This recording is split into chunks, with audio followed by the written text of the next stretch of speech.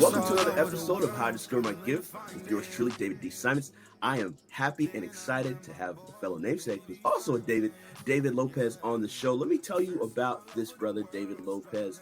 David Lopez is the founder of DL Metal Design and has been working in the steel industry since 1997. David started his steel career with his brother, a master welder, hired him during his college breaks.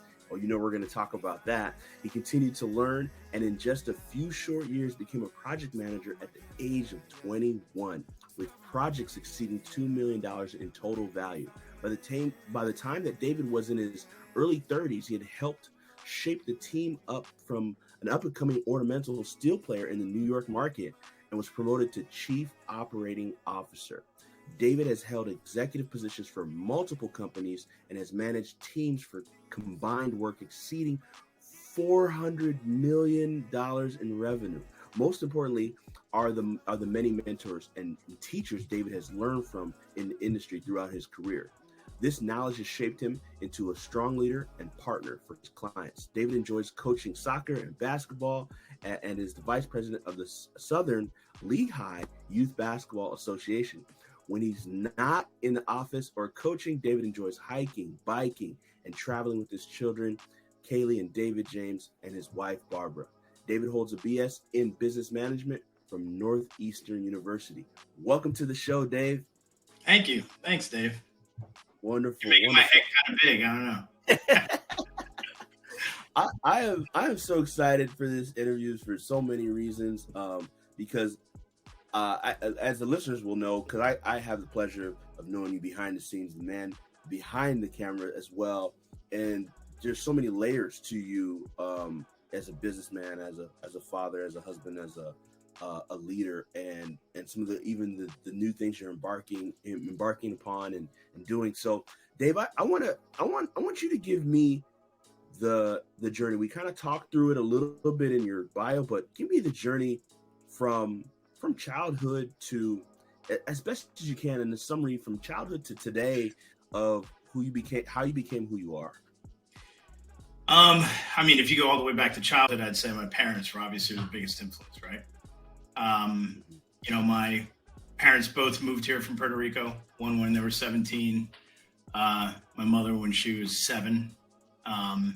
You know, and realistically, both of them were extremely hard workers. I think both of them also had that, you know, entrepreneurial spirit that kind of passed on to me, even as a young person, whether it was early on trying to sell the most chocolates from football or whatever it became now. But that's really where it all started. But I've always had a drive to be a business owner. You know, I took every job I had as I was an owner of that company. I think that helped me excel and become successful within the companies I worked with, and then eventually became something that worked for me and the successes in the businesses I started. So, I mean, back when I was 13, you know, I started my first job in a flower farm. You know, I was on my knees and out picking flower roots when I was 13 years old. Quickly found that that's not what I want to do for the rest of my life.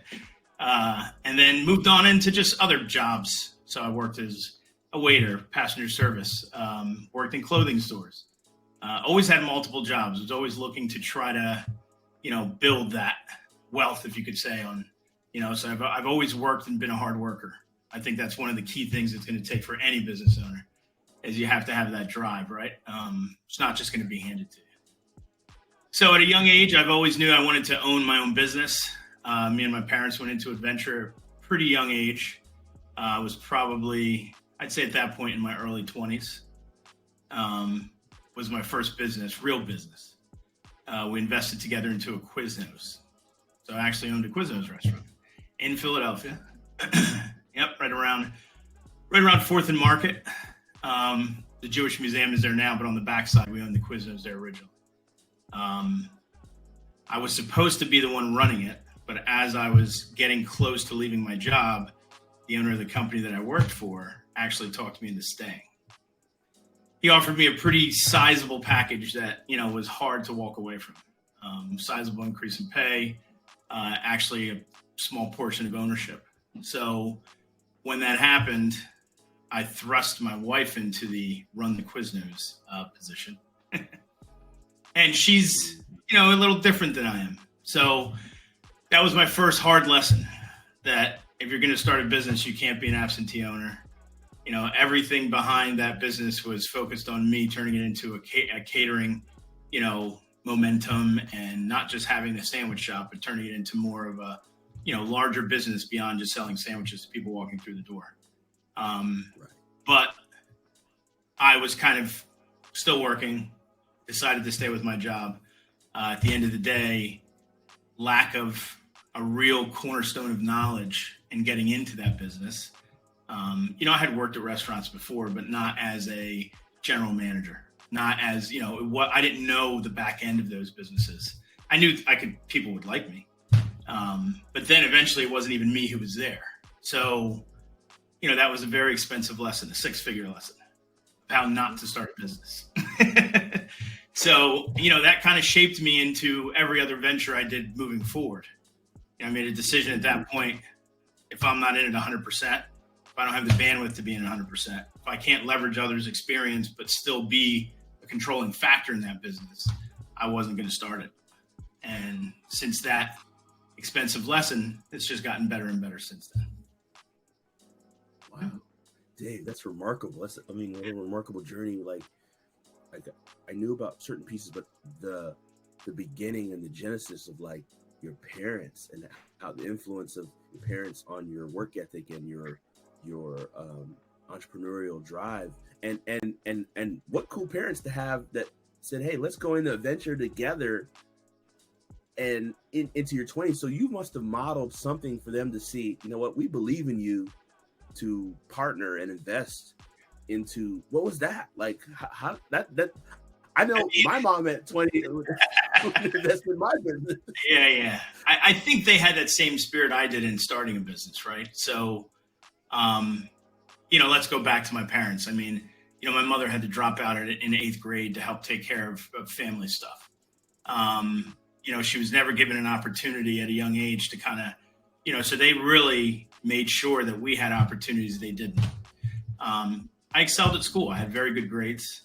I showed leadership at a young age with the different things I joined.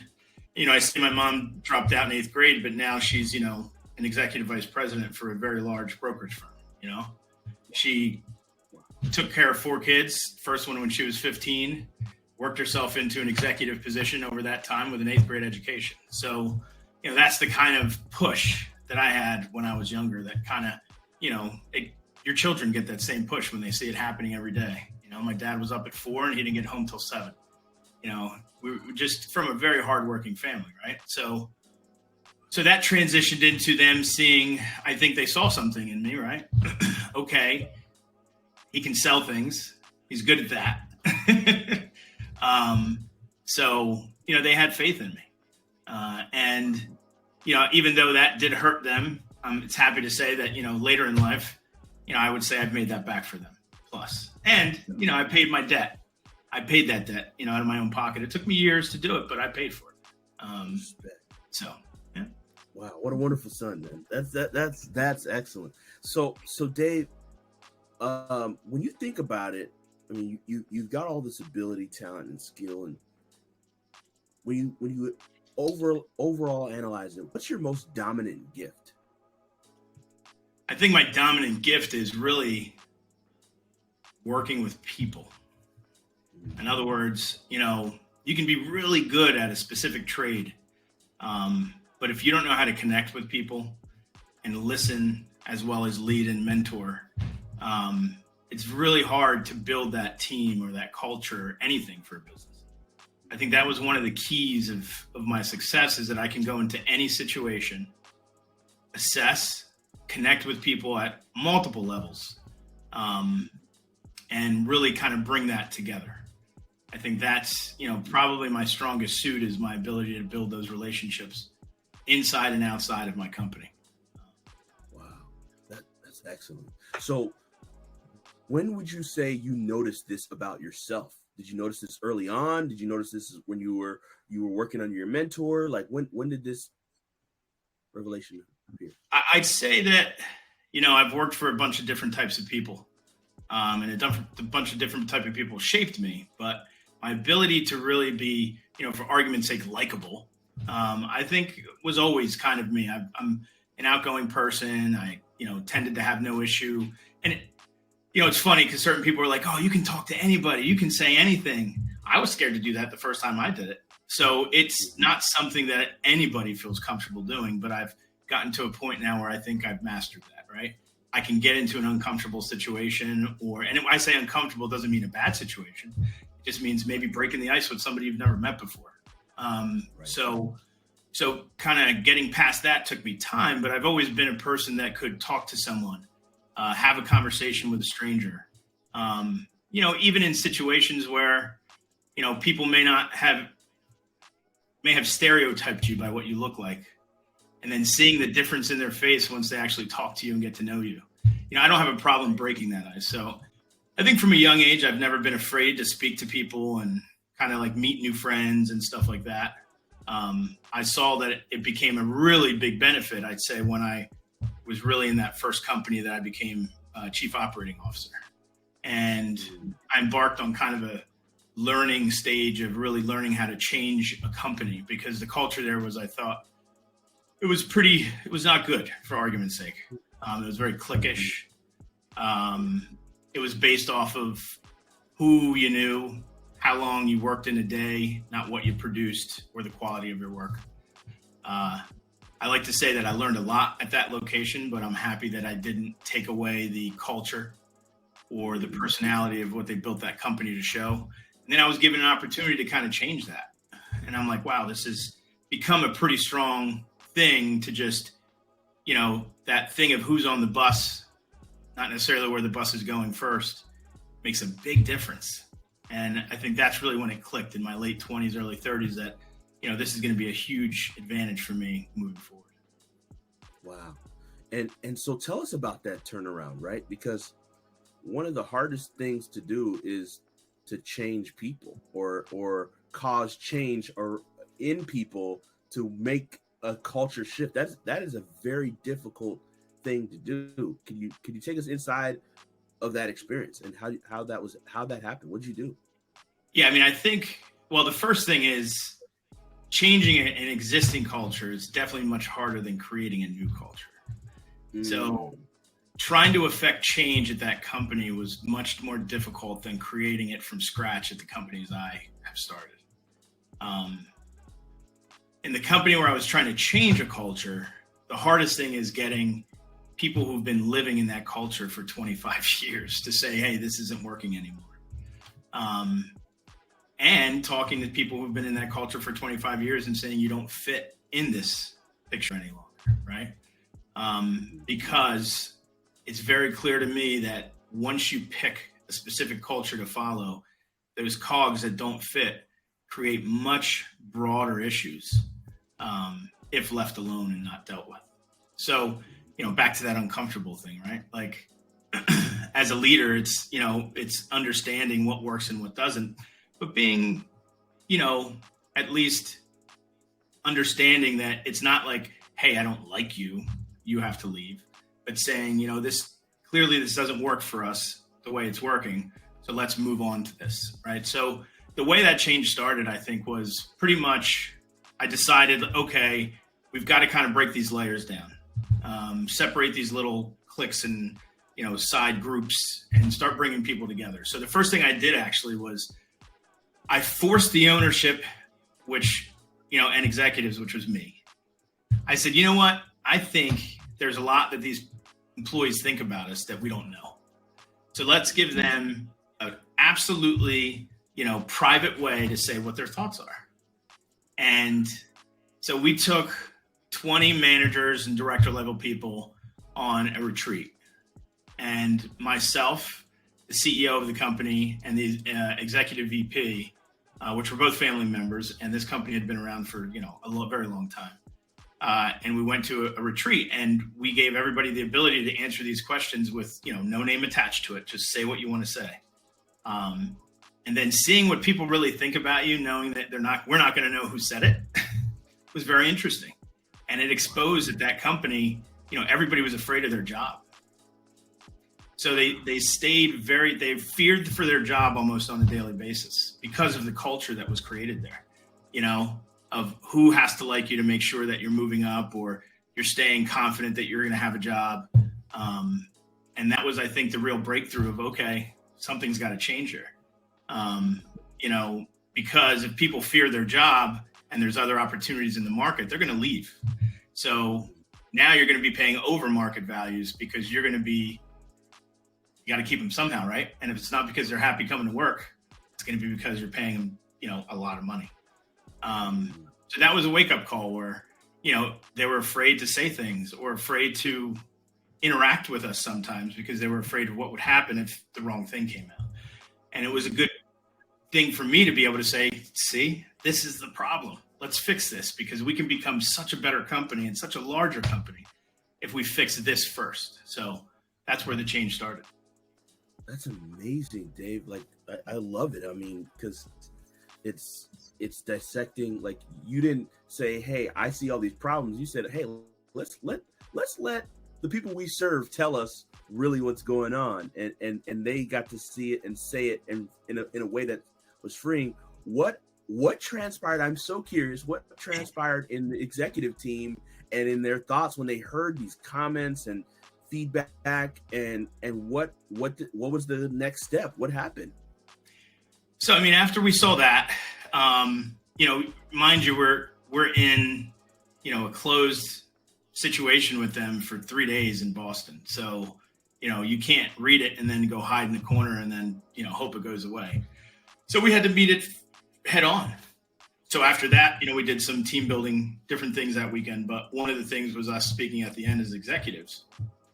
And then it's still hard, right? Because they already fear for their, so now what they're thinking, or a majority of them are thinking, but how do you get the people that think that to actually tell you it was them that think that, right? So you can try to figure out what their motivation is and what you can fix. And so from that point on, we tried to really become more open with all the employees. So we had an overall meeting, saying, hey, listen, this is the feedback we got.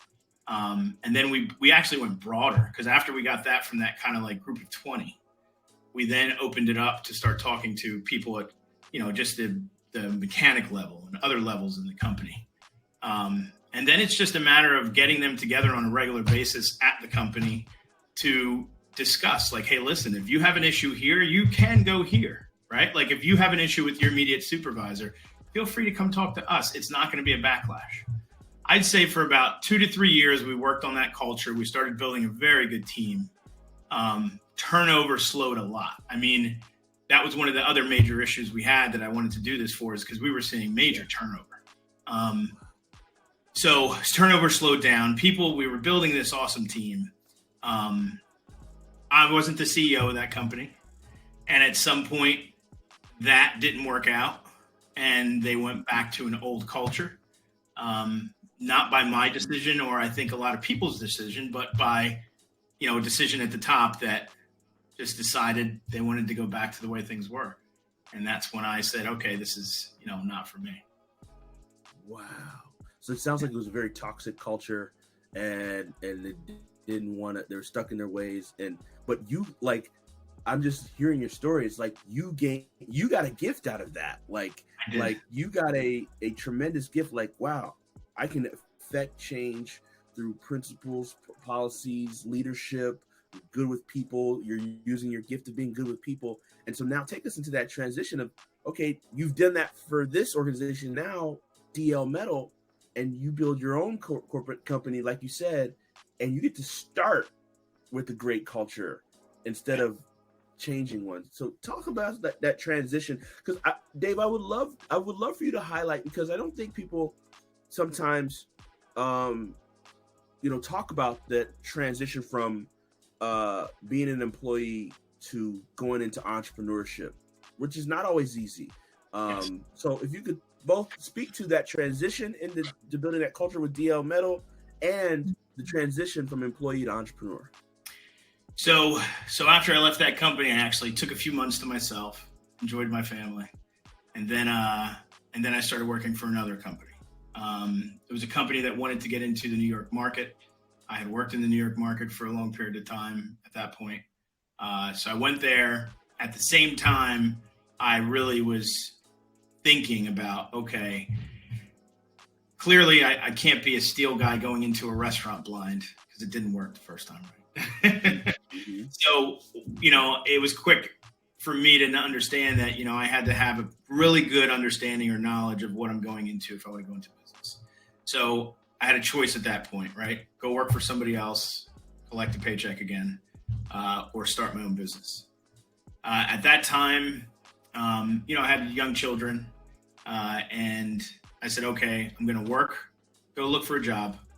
Got a job pretty quick at another company doing steel, but I'm going to start something on the side that I can build on. So that's originally how DL Metal Design started. I went to this other company. I opened up the New York market for them. Again, treated it like it was my own. I built that business unit from essentially zero. And, it wasn't just me, but I opened up the market. I opened up the sales. I opened up the relationships. I was the starting factor there. And, that when I left that company, that went from, I want to say they're probably doing 30 or 40 million in New York. So wait, Dave, what did they start at when you got in? Zero. I'm the one that started the Zero. Unit. Yeah, it was a business. It was a new market for them. Wow.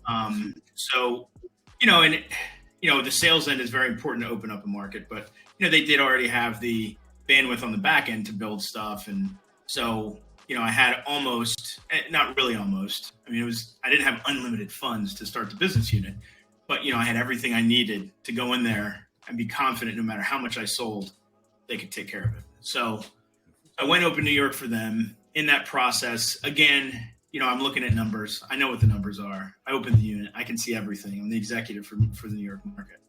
And, I'm like, man, this is the second time I'm kind of building something with a company. So I said, I'm starting something on my own. So DL Metal Design back in 2015, I had another friend, my name's David Lopez, and I know everybody thinks DL is David Lopez. But I had a friend whose last name was DiPaolo, and I was Lopez.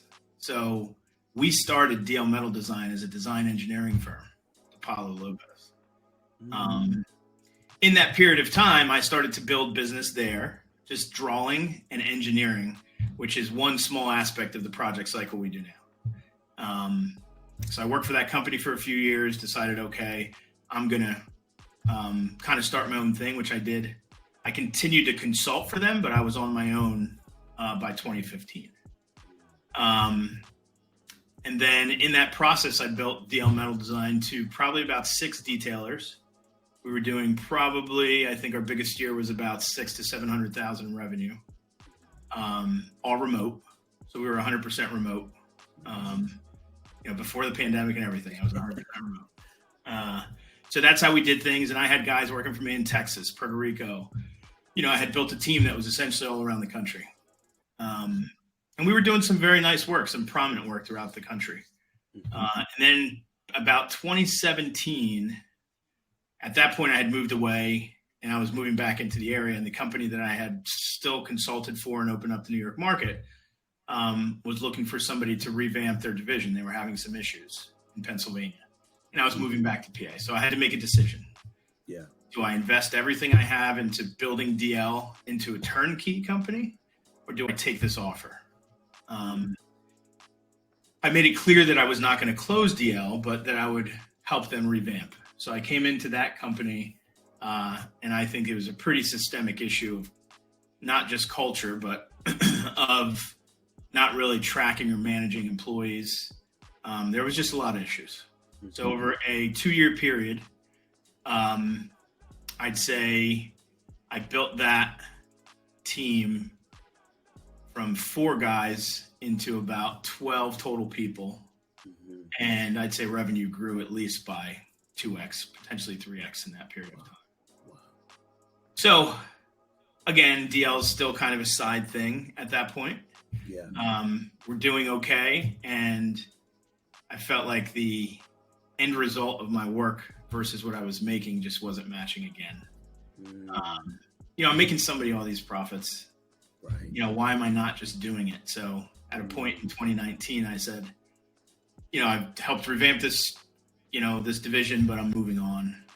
that's when I decided to really invest everything into DL and turning it into, instead of just a design and engineering firm, a company that was going to do everything. So we're going to get the contract, design it, build it, put it in.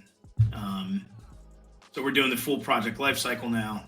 The transition's not easy, right? Especially so at this point, my wife, we decided I wanted her to be home with our children. She is working for me still and has always run the books for DL. So she's essentially our chief financial officer. So she was juggling kids and, essentially being my partner in the companies as we grew. But yeah, so it was pretty much just me and her for many years. And then I told her, I said, listen, I know we've kind of built a little nest egg. I want to put every cent into this. Yeah. And she said, she goes, you've been saying this for years and you're not going to be happy until you do it. And what's the worst case scenario? We lose everything and then we go back and get a job. That's what we're doing now, right? So once she gave me that green light, then it was all over at that point. My mindset was focused on nothing but that. Shout out to Barb. Shout out to Barbara. What an amazing wife you have. That's awesome. I want to speak about that dynamic, Dave. I don't want you to lose your point of the story, but how important is it to have a supportive spouse or partner, to be able to do what you need to do? Oh, I think it's super important. Yeah.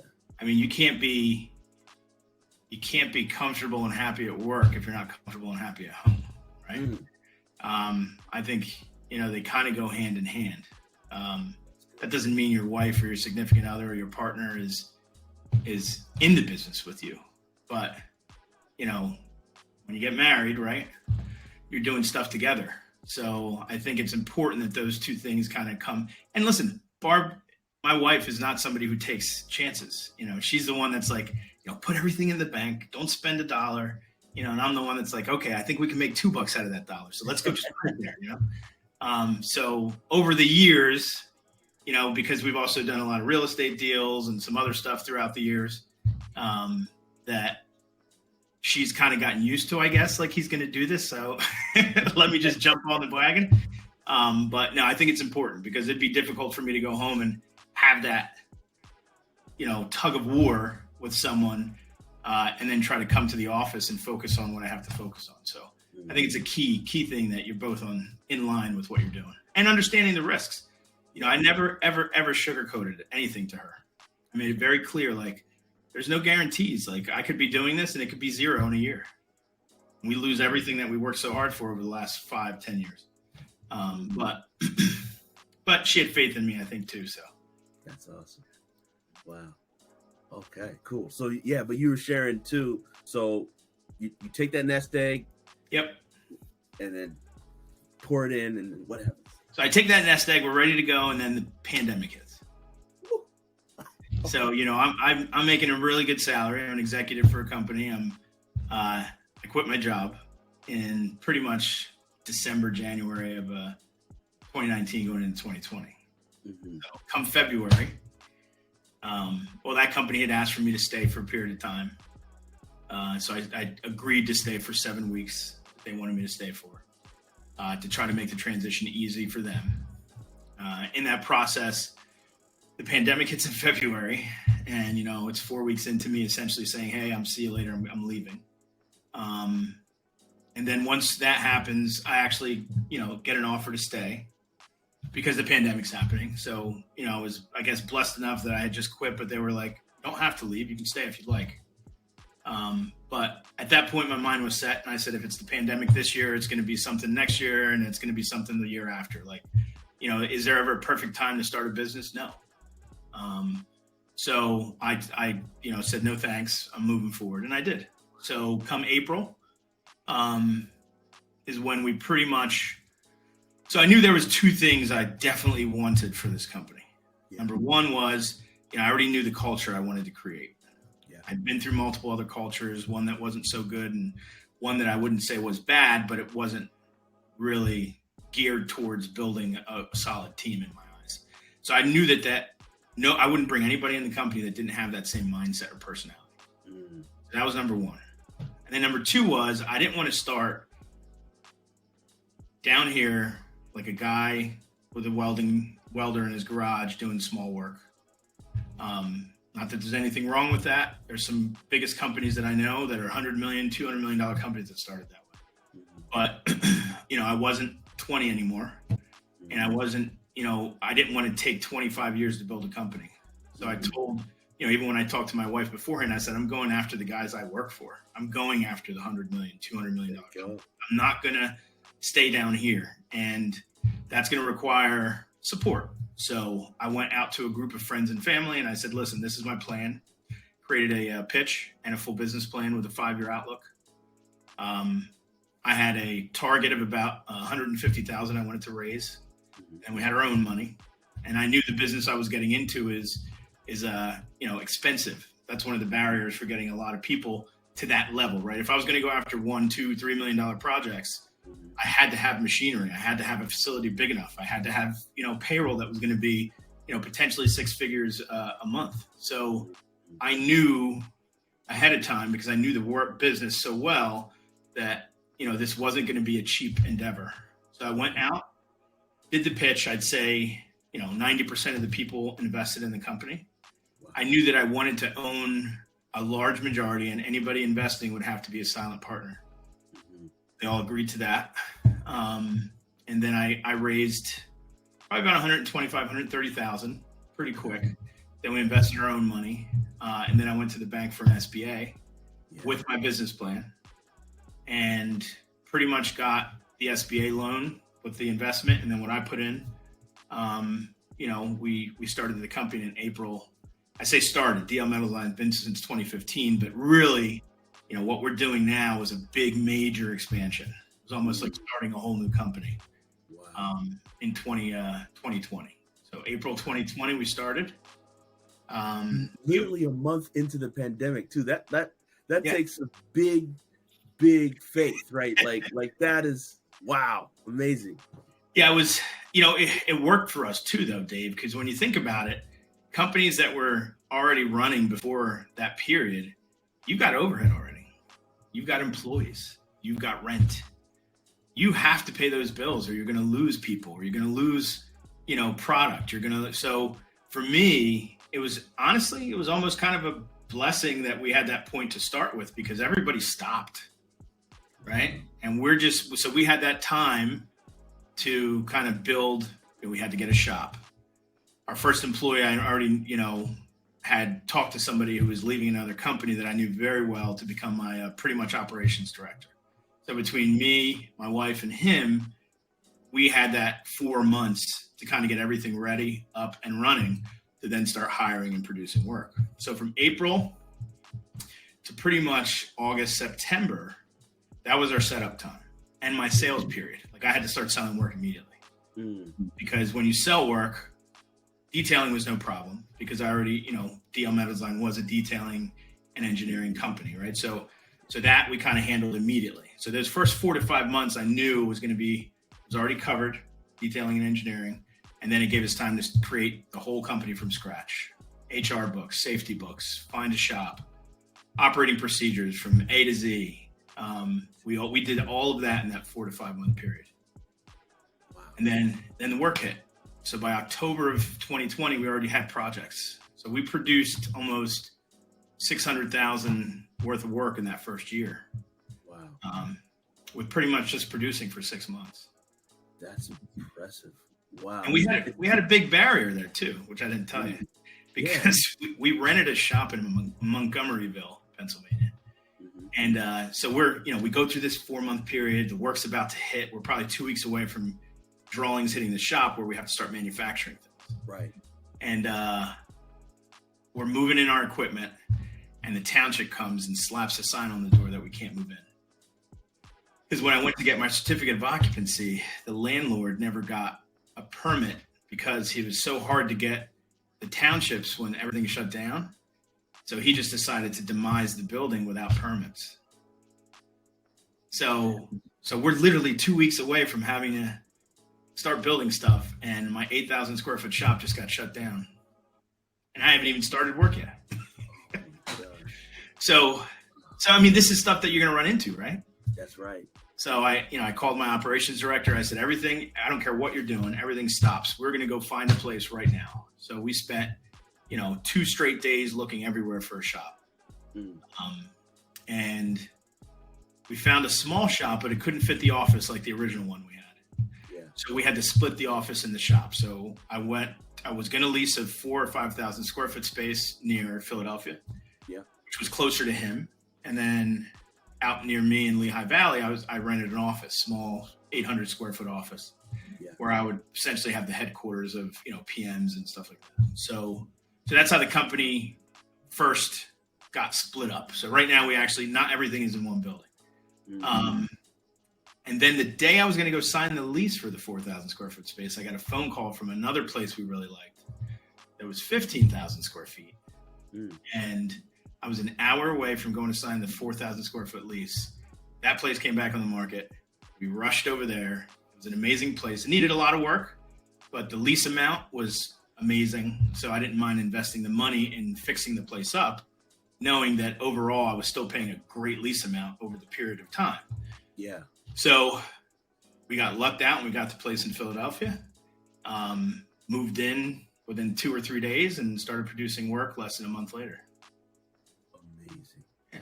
Amazing, Dave. So just for listeners, because I know, but I want listeners to know, and I know we'll tackle this more specifically at the end even as well. But what does DL Metal Design do?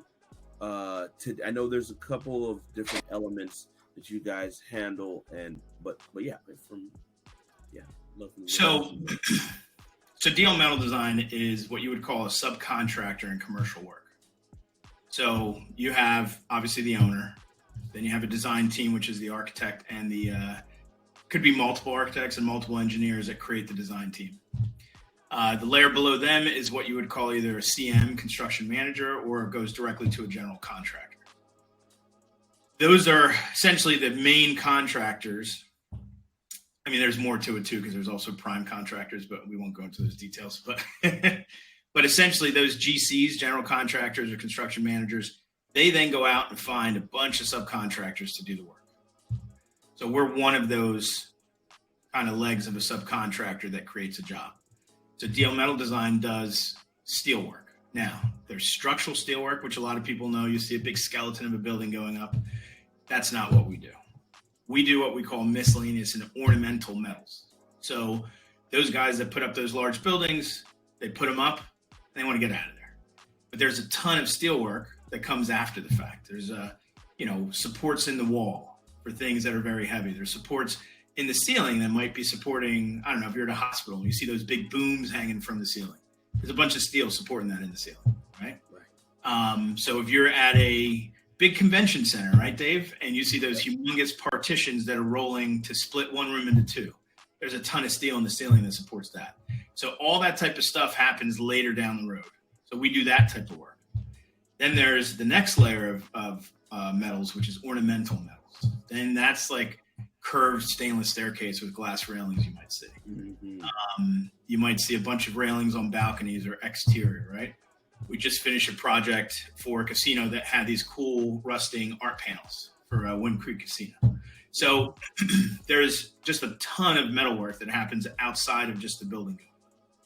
Staircases of stairs and rails are kind of our forte, but because we're in the ornamental world, we're also very good at art type stuff, and we're also good at things that are kind of one-offs. Like, we did there's a Perlman Theater in Manhattan, and that they had these custom tube doors that had to open if there was a fire ever, and there was like hundreds of them. So we had to design this kind of like structure system that works off of these automated hinges, and we had to make it all work, and show them it could work in the shop, and then we built them. That we'll probably never build that again. But that's the kind of stuff that we do. And we do it from beginning to end. So we draw it, engineer it, make sure it's going to work. And then we go and we build it, and then we install it. So, yeah. And what's interesting, correct me if I'm wrong, Dave, but you personally know how to design and do the actual work. Yes. Which is rare, right? Because I go back to your gift of, being good with people. And so a lot of times, right, you'll see this like example, like a Mark Zuckerberg, right? He was the coder. He knew how to code and program, but he's also a leader. And that's rare. That's really hard to be good at as a leader, but also be good in the actual work that you do. Yeah. So, I mean, I started in a shop when I was, kind of at college breaks. I would, my brother was a welder. He saw me going to work at, as a waiter at Denny's or going to work at the Gap on my breaks. Mm-hmm. And he said, you can make more money if you come in here and learn, a little bit of the trade. So, honestly, that's where the whole steel thing started. So when he brought me there, I actually ran a machine that would punch holes in beams and stuff. And then I became a welder. Now, if I went and welded now, my mechanics would be like, he is no welder. I was good back then, but I'm probably very rusty now. But that gave me a good feel for what it was like and what was expected at that level. So that's how it all started, right? And then I worked my way through the company to eventually become a project manager at a pretty young age. So, I know all aspects of this business because I've lived them. Wow. And I think that's what makes you a great leader, because you can relate to anybody in any position and know what's expected, but also have compassion and understanding for what it takes. And I think that's what also, it's like a beautifully woven story, because it's what allows you to create a good culture. If you didn't understand the people welding and the project managers and the executives, you wouldn't be as a great leader, I believe, right? You're a better leader because you know. I would say yes in certain ways. Yeah. I don't think that. I guess what I'm saying is I don't think you need to work in the plant to feel respect for the people who work in the plant, right? That's good. So I think that it's more of being under an understanding that. Take, for instance, we just had so one thing I definitely always felt was everybody to me in our company is as important as every other person, right? Mm-hmm. Now, there's different levels of education and experience that create difference in salaries and pay. But at the same time, no one person in this company, at least at this size, if you want to scale, you can't do it by yourself. And everybody is just as important as every level. So we just did I did a full company retreat. I closed my shop, my manufacturing. I closed my offices. And, we put all of our phones down. We put all of our auto response on our emails that we were away for the day for company development. Yeah. And, from the mechanic, from the guy who, supports the shop with, just cutting things and loading things, we're all in a room together. And I made it very clear. I said, this is where we want to go as a company. And when I say as a company, it's not just the people that manage you. And it's not just the people that are working on the design drawings. It's not just the people working in the shop. It's everybody. And I think as a leader, whether you've worked those jobs or not, if you don't have a respect for that, it's culturally becomes an issue. So that's why I wanted to make sure that everybody in that room understood. And I said it verbally to each, to the whole group, is that, I can't sell things if you guys can't make it. You guys got nothing to make if we don't sell it. And if we don't draw it right, we're going to lose money and we're going to be closed and nobody's going to have a job, right? So I made it very clear that respect has to happen. I don't care what your pay is or what your education is. If we're going to move together as a group, as a team, everybody's just as important as the other. If we have a hole here, doesn't matter how big that hole is, it's going to cost us money. And that means eventually that can become a cancer that creates, the end of this company.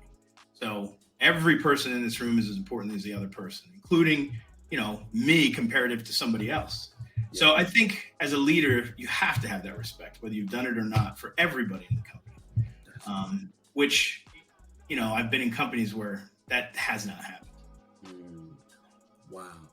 Dave, this is remarkable. So take us through now, like you're thriving in the pandemic and now you're scaling up this business. Talk to us about the scale. You just talked about it. Like scale can't happen by yourself. You need team, you need respect, you need these things. So for entrepreneurs listening out here, they're hearing your story, seeing how you took your experience working for others and then parlaying it into DL Metal Design and building this thing and preparing and all the things that you've done to literally prepared you to build this company up. Now take us through the phase, because this is not the easy part of of a business. I mean, there's not a lot of easy parts about building a business, but scaling is not easy. So how did you guys scale from the beginning of the pandemic to where you are today? So scaling is not easy and it's scary, right? But you have to commit to it. You have to commit to it, right? So I knew that it wasn't. So we live in an industry at DL Metal Design where everything is a lagging pay. So not only is scaling cost money, but now we're doing work that we don't get paid for 60 or 90 days. So one of the first things I knew was that, cash flow had to be going smooth for me to really start pushing what we sell and how big we get. So from day one, it was important for me to know who my clients were, how quick they paid, who I was going to stick to and who I wasn't. So in our business, there's kind of like layers of contractors, right? There's ones that do smaller work. There's ones that do larger work. And then once you get into the scale of like multi-million dollar jobs, you're kind of playing in an area where it's almost like the difference between a local bank and going to Bank of America, right? You go to a local bank, they're like, okay, Dave, I can tell you know what you can do. I have faith in what you can do. You showed me the numbers and you showed me the experience. I'm going to take a chance on you and I'm going to lend you some money. So in our business, it's very similar. That's what the smaller contractors did to DL when we first started. The larger contractors like going to Bank of America, right? Fill this paper out. There's some guy over in Wisconsin who's going to look at it. And if you don't check all the boxes, sorry, it's not going to work for us. So I knew that I needed to kind of court these clients down here first to get myself moving. And then eventually we'd have the financials and the ability to get bigger jobs with the larger firms, because now just on paper, we look good enough to work for them, right? So that was important to me, was first building that client base of people that I knew were going to pay me on time. And we did that. At the same time, I knew I needed a core group. I needed a core group of people because you can only wear every hat for so long, right? Eventually something starts to fail because you don't have enough time to do everything perfect, right? So I knew that was going to happen, and I knew we had to hire ahead. So no matter what we did, we had to be ahead of the scale. So we hired ahead and tried to fill that core team, and a core team that I knew in any single department, that person could do every job in that department. So if we couldn't hire a mechanic, the general manager for the shop had to fabricate. I mean, that's, he had to be able to fabricate and know it that well. So that was the main two things: core group and good clients. That's what we focused on. Once I felt comfortable we had that, then I pushed it to the next level, right? So cash flow is starting to do fine. It's coming in good. We have some good clients that we're working with. Our core group, we're hiring kind of ahead, paint the shop walls, get it organized and ready, because when the work does come, you're not going to have time to do any of that. So we hired ahead and started doing that, got good mechanics in the shop, and then started pushing that sales. Now, we'd see our cash go like this every month, but the key was little by little, payroll, materials get paid, payroll, materials get paid. But then we started kind of building on that until we had, a multi-month cushion. And then I was also not naive that I was going to have to go out and get financing if we started to grow too big, because that's really the killer for everybody, right? You could scale and be really good at what you do, but if you can't pay your bills, you're going under. So before we got to that point, I already started putting people and institutions in place that I could count on to get additional capital if we needed it. So, there was one private investor that, gave us a 2-year loan that we, just paid off this year, which was very nice. But, so that helped us through that process as well. Knowing where to get that financing was important. Relationships I made in 10KSP, even financial relationships I made. Right. So going out there and getting ahead of that curve before it became an issue. So that was important too for scaling. But I mean, if you know and you're confident in what you do and you put out quality work, getting bigger is not hard. It's being able to pay the bills and controlling everything that happens with that. And like I said, you can't do that alone. Focus on your team first. Elevate your team, educate your team, make sure that they got your back, no matter what happens at any level, they can step in. If I needed to, I'd go to the shop on a Saturday. You know, so in year 1 or 2, if I had to, I'll go on a Saturday and work there if I have to. You have to be committed to do anything. But yeah, it's important to build that team. And I know it's not hard. I mean, it's hard currently in this atmosphere, trying to find the right people. But when you do, treat them well, elevate them, give them knowledge, find what motivates them, and make it worth their while. Wow, that's remarkable advice. There's so many gems that you dropped there, Dave. And I know we didn't really get to dive into the other aspects, but because you are a serial entrepreneur as well, so you've not only built successfully DL Metal, you have some other companies. If you want to just briefly touch on those, and then I'll ask you my final question for you. But okay. Because I think once you get the formula right of business is business. So yes, yeah. So once DL was doing very, very well, and we grew and we scaled quickly, and I felt we had the core team, I started focusing on giving myself more bandwidth to start other companies. So we have a home remodeling company that we started, a trust building company. Mainly works in the Lehigh Valley in Pennsylvania. That actually opened up this year, and we've been doing really good. I mean, I think in the first 6 months we'll probably sell $500,000 worth of work. Then we have a company called Streamline Stairs that we're working on currently with a partner that I met from 10KSB. Nice. So hopefully that'll roll out sometime in the next 6 months or so. We're working on design stages for that, and I opened up a company in the Philippines. So I have 3 employees over there now, building into potentially 2 more, just incorporating the company now and getting that started. That is going to be a support for DL and just people in the construction industry. I saw a very good service niche that we could kind of fill. So we started that process there too. And then I've been in real estate. So I've probably flipped, 8 to 10 houses, owned multiple rental homes that we've, whether it was vacation homes or actual rental homes that we've owned over the years. So I have a knowledge kind of in the real estate side as well, real estate investing. Beautiful. Wonderful, Dave. And on top of all that, you find time to coach and coach your children. I love it. Yeah. So Dave, I appreciate your time. Yep. 2 last questions. One, how can people get plugged in? They say, hey, Dave, one, I would love to work with your company. Maybe we have somebody listening that needs the metal work that you guys do or needs the contracting. And 2, hey, Dave, I was inspired by your story. I would love to get maybe mentored by you, coached by you, as an entrepreneur. How can people get plugged in with you? So company-wise, DL Metal Design is mainly a, commercial construction company. So we don't do any like residential small jobs, but anybody that wanted to, touch base with us that way, whether it's a developer or it's a real estate investor who's building something big and needs support on that end, you can go to www.dlmetaldesign.com. We have a ton of contact and a ton of portfolio information on there. So that would, I'd say, be the first step. Then we obviously have TBC, which is Trust Building Company, mainly Lehigh County area, going into like Bucks County and a little further south. But that company is essentially trustbuildingco.com. That's how you can get a hold of that company. And then obviously you're aware I'm going to be, hopefully finishing a book here in about 4 to 6 months that I'll put out on the market. I've mentored a few business owners over the years.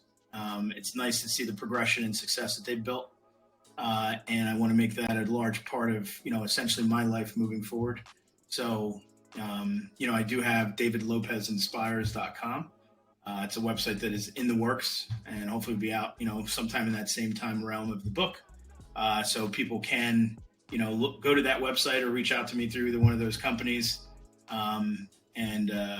That is something that I want to kind of help people with because it's important realistically if you got that formula and you plug it in properly and put in the work, right? I always like to say there was essentially that one quote that said, opportunities miss people all the time because it looks like overalls and work, right? That's what it takes. So, but yes, I'd love to take what I've learned over the years, failures and successes, and pass those on to as many people as I can with, coaching and mentorship moving forward. Love it, Dave. And the final question I have, you weren't prepped on this, so we kind of just walked through, right? We went through the discovering that you are good with people and good at leading people, and then the development phase, all the work that you put in behind the scenes to develop yourself and learn your craft, master the steel space, learn how to lead people, learn how to run operations as you were the COO and other executive positions. And then so I kind of took you through our process, and then we went through the last D. So discover, develop, and then distribute, the marketing, right? How do you build this business? How do you scale this business? We talked about all of those elements. So with that said, Dave, the final question I have for you is, what is the difference between one's gift and one's purpose? One's gift and one's purpose. I mean, I think, everybody has a gift they have to offer, period, right? To me, a gift is something, we've been, I haven't mentioned it, but, I've been very blessed in this whole process as well. I'm a blessed person, and everyone, in my eyes, God gives all of us gifts. It's a matter of you working and putting effort into what he's given you to turn it into something that's important. A gift is something that I think you have and you can cultivate and you can become better at. Now, a purpose to me is, that is something different. It's essentially using your gift for that important thing in life, or that important thing that you feel, God has essentially given you that direction to make a change or make a difference in somebody's life or in the world, period. My purpose-driven life. You ever read that book? I love that book. Yeah. So, my gift is not necessarily why I do things. It's the purpose is why I do things. Whether it's, family, friends, gifting others what, has helped me grow in life. And I didn't come from a lot. My parents came from nothing. But we've built something that, my purpose is hopefully going to continue as a legacy well beyond me into my children and other generations and other people that I touch. So that's what I think the difference is, right? That's beautiful, Dave. Thank you so much for blessing the people today. I thoroughly enjoyed our convo. We'll have to definitely do a part 2 when the book comes out. And thank you, Dave. All righty. Thanks, Dave.